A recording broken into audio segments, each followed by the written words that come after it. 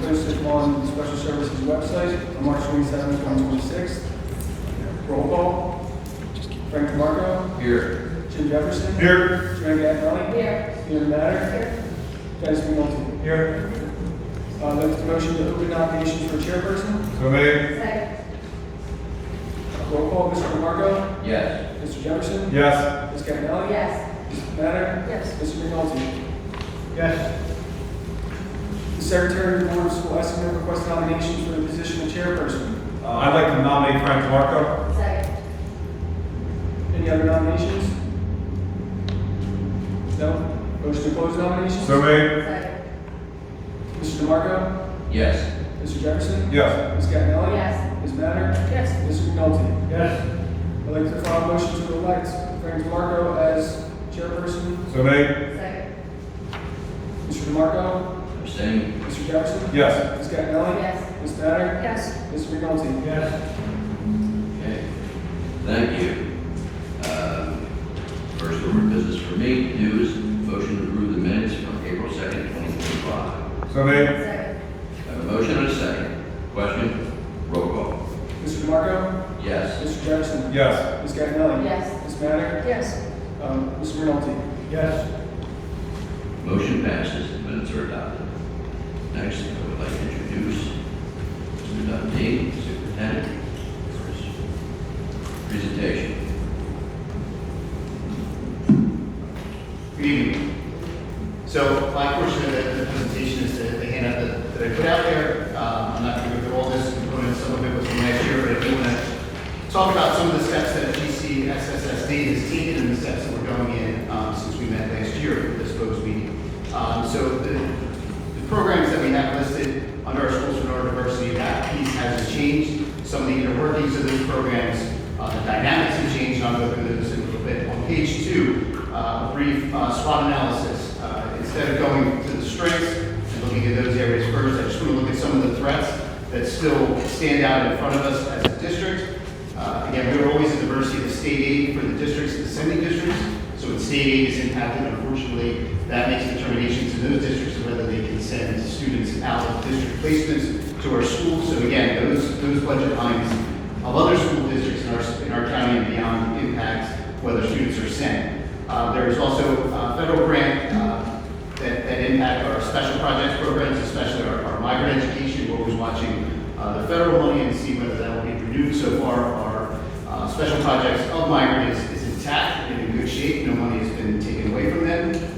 I think it was mentioned at the GCIT meeting, but again, we also have the threat of rising health benefit costs for special services. It was over 30% increase this past year, as well as significant increase in our public utilities. So those two dynamics really put a dent into our budget planning for this upcoming year. And then again, we also have to be mindful of the threat of our LEAs duplicating our programs, so we always have to be out in front, cutting edge, to make sure that we're moving forward. In regards to weaknesses, we did have some areas where we had a corrective action plan under our QSAC monitoring that we're already working on. That's our curriculum instruction. So we have already started putting plans in place, as well as a budget audit finding that we had, and that's been corrected as well. Some of our other areas of weakness to date that we can identify are the recruitment of personnel at all levels within our district.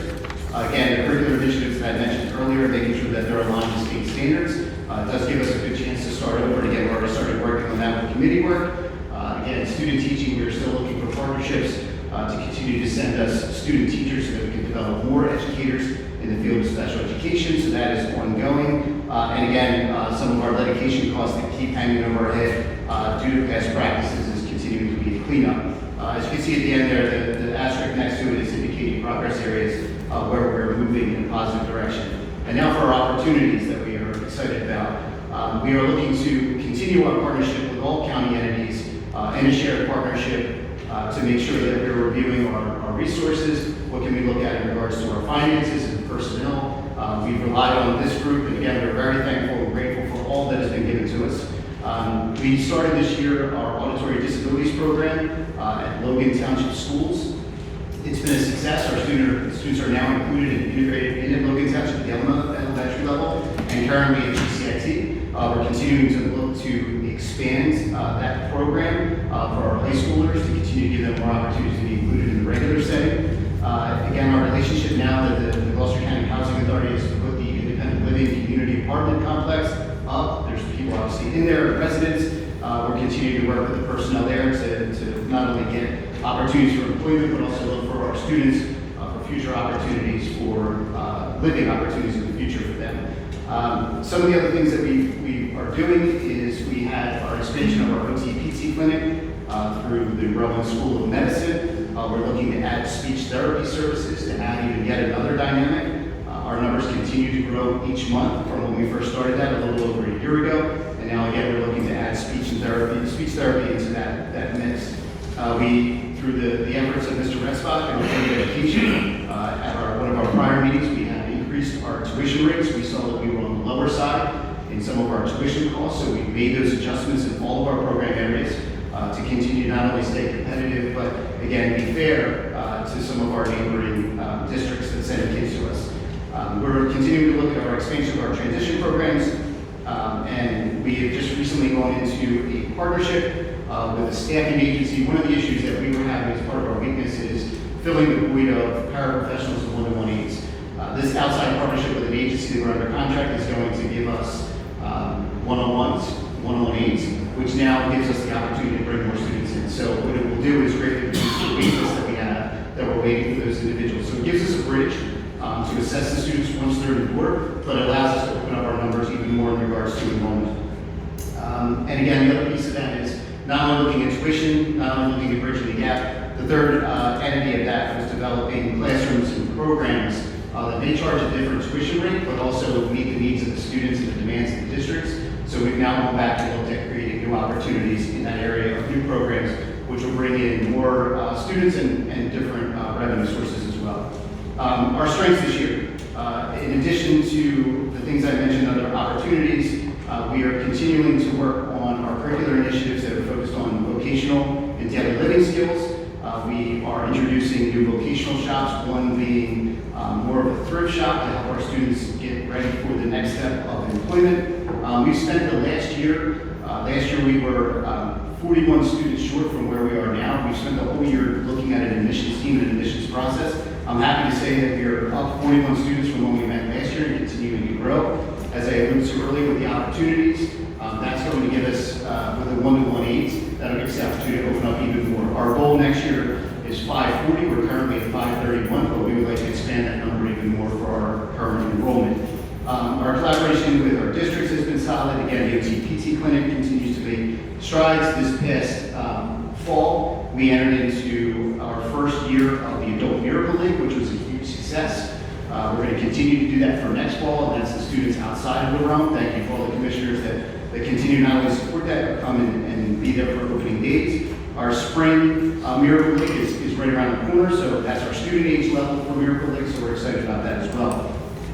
Because of some of our initiatives, we moved to a district-wide professional development initiative as well as a district-wide IEP initiative so that we're all on the same page with our districts and continue to provide supports in those areas. Our safety care procedures, we continue to make sure that everybody's trained in the areas of safety care for the protection of our students as well as our staff. Our workers' comp numbers continue to go down given the nature of our students and who we serve.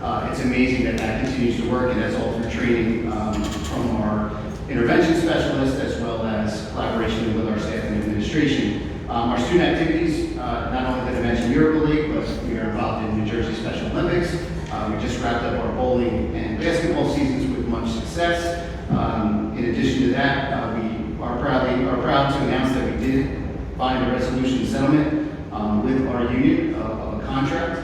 So that has helped to not only foster and boost morale within the district, but it's continued to allow us to move forward with our budget as well. I will say that for the first time, at least in the 3-year period that I've been there, is that we're almost full with our certified teaching staff members, which is huge. Finding special educators is not always easy, and we're really almost closing the door by September 1. We will be in excellent shape, and again, now the goal is to get more paraprofessionals and continue to support our students. Last year at the time, I think I brought a situation that we were looking to outsource our technology program. We went with an outside company that has come in. I think we tell you that we've not only saved revenue, but we've also been able to put a lot of the empty tickets to bed. We've been able to provide technology services. Again, we shared that relationship with GCIT, and I can tell you that that piece is moving in a positive direction and continues to be an asset in not only a shared relationship, but obviously the services that are being provided on the back end. I'm just going to switch to the last piece of this on the last page, and all it is just so we can move forward with our strategic next steps. And our goal, similar to GCIT, is the goal of sustainability, financial sustainability. So some of the things that we're going to continue to look at is sustainable growth through expanded admissions. Again, as I alluded to earlier, we are working very hard and diligently with an admissions team that involves administrators and various personnel to continue to open the door, reduce that wait list, and continue to get our students both in county and out of county into our buildings and continue to service those neurodiverse populations. We're also going to look at a new idea of strategic recruitment for not only our faculty, but also looking at new ways to market and brand and get out to get to the families, to get to the communities, and start to get our numbers of all the great things that we do. In addition to that, again, we're going to expand innovative classroom programs to look at new models to meet the needs of the ever-changing demands of the districts. What existed 20 years ago does not exist now, so we have to be fluid and move forward in a positive direction and continue to meet those needs. With that being said, we've taken the steps again with other committees to try to form programs and classroom models that again can not only bring in additional revenue, but also serve the needs and the demands of the students that we serve. We'll conduct routine audits of all of our operational practices to continue to make sure that we are doing the things that we need to do, and in addition to that, make sure that we're looking at staffing patterns.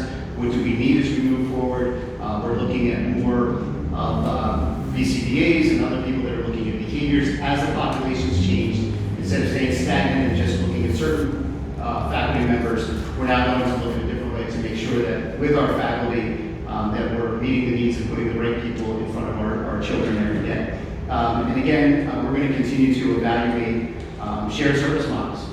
Again, in this time, in these difficult times in our country, in our state, and in our county, we have to look at ways with all of our partners and county entities to continue to make sure that we're not duplicating services, that we're spending money appropriately. We're continuing to look at all models in regards to servicing all of our students. And again, if that's RCSJ, if that's GCIT, if it's Rome University, it's special services, and the county as entity as well. So that's really the plan as we move forward. I would also, again, like to thank our county administrator, Mr. Sweeney, along with all of our commissioners, Commissioner Gattinelli being our liaison, again, Director DiMarco and Commissioner Jefferson. We are very thankful, and to our Board of Education, we are extremely thankful for what you do give to us, what you do provide to us, and the level of support. And the support is not always financial support, but coming to our events, coming to our schools, and seeing what makes us so unique. So that's really special services and how we plan to move forward. Thank you. Thank you. Does anyone of this board have any questions for Superintendent Dundee? All right. Then I will call for a motion to open this meeting to the public for the budget hearing. So made. I have a motion and a second. Question? Roll call. Mr. DiMarco? Yes. Mr. Jefferson? Yes. Ms. Gattinelli? Yes. Ms. Maddox? Yes. Mr. McNulty? Yes. Motion passes. We are open to the public at this point. Anyone wishing to speak, please raise your hand. Come forward. Seeing no hands. Motion closed. I have a motion and a second. Question? Roll call. Mr. DiMarco? Yes. Mr. Jefferson? Yes. Ms. Gattinelli? Yes. Ms. Maddox? Yes. Mr. McNulty? Yes. Motion passes. We return to the regular meeting. And now I'll ask for a motion to adopt 2026, 2027 budget resolution. So made. Second. I have a motion and a second. Question? Roll call. Mr. DiMarco? Yes. Mr. Jefferson? Yes. Ms. Gattinelli? Yes. Ms. Maddox? Yes. Mr. McNulty? Yes. Motion passes. The budget resolution has been adopted. And now, again, I will ask for a motion to include the copies of the detailed budget summaries in these minutes and direct the Secretary of the Board to distribute copies of the minutes and certificates as follows. To the clerk of the Board of County Commissioners, County Treasurer, County Administrator, Executive County Superintendent of Schools, Secretary of the Board of Education and Special Services School District of the County of Gloucester. So made. Second. I have a motion and a second. Question? Roll call. Mr. DiMarco? Yes. Mr. Jefferson? Yes. Ms. Cagnelli? Yes. Ms. Matter? Yes. Mr. McNulty? Yes. Motion passes. This order will be executed. And now I would like to ask for a motion open to the public. So made. Second. I have a motion and a second. Question? Roll call. Mr. DiMarco? Yes. Mr. Jefferson? Yes. Ms. Cagnelli? Yes. Ms. Matter? Yes. Mr. McNulty? Yes. Motion passes. Hearing is open to the public. Anyone wishing to speak, please raise your hand. Come forward.